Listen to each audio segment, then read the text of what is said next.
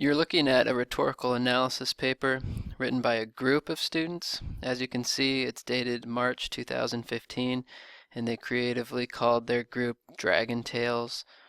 It's a good cartoon if you haven't seen it before. Anyhow, I wanted to just give you a quick overview of what they did. This is not a perfect paper. In fact, you'll find a couple of comments where they made a couple of small mistakes, but nothing worthy of getting them anything less than an A on this paper. They start with a really good, interesting introduction, some kind of an experience that draws the reader in. That's very helpful. They also mention the author of the first article, the author of the second, author and title of the second article, and you'll see that they end with a strong, what I call an evaluative thesis. While Arlene Kaplan pens an extremely credible and factual article, her unorganized structure, lack of a firm stance, and inability to connect with her audience on a personal level like Jones does ultimately gives Jones' Violent Media is Good for Kids a more convincing edge. And so we can tell right off the bat which article they thought was better written, which one had more convincing points overall. So be sure to have a thesis like that that tells which article you think is best. Continuing on, each of their paragraphs has strong topic sentences that tell me what that whole paragraph is going to be about. It also tells me or it provides evidence in the form of quotations. That's very helpful and necessary. And you'll find at the beginning of the next paragraph, we'll find that this is talking about style and how the writers write.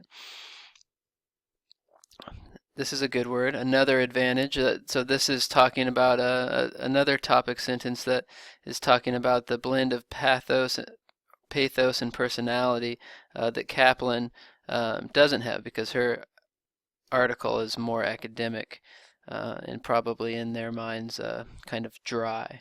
And again, they have examples. You need to have examples in each of your paragraphs. This is a nice start to a refutation paragraph. A discerning reader may point out that I call this a some people say paragraph, where you're going to say some people say this, but I still think my point is better. And so in this paragraph you get a discerning reader may point out that Jones writes an engaging paper. His use of relatability and emotion to prove his points is not as credible. And so that's a strong point, but then they go on to refute it with examples. And then finally they have one more paragraph. Jones has a convincing article simply because he takes a definitive view on the issue of media violence, and so he's making a strong argument. Typically, this some people say argument, this some people say refutation paragraph would make more sense probably after the last full body paragraph, but they put it earlier, and that doesn't make a huge difference.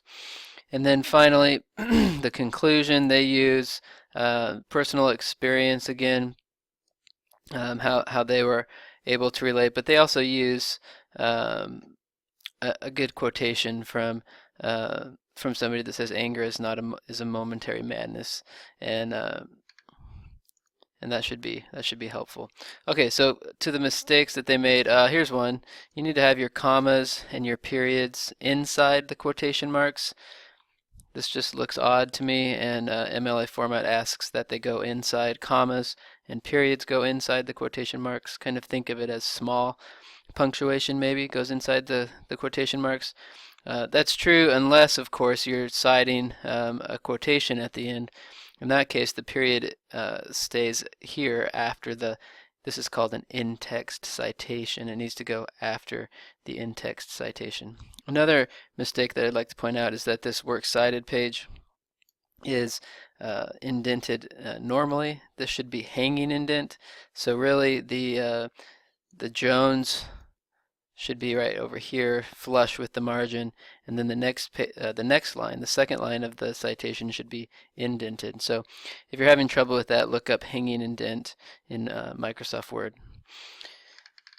there's an overview. I hope that helps. Feel free to contact me with any questions about the rhetorical analysis paper. Thanks.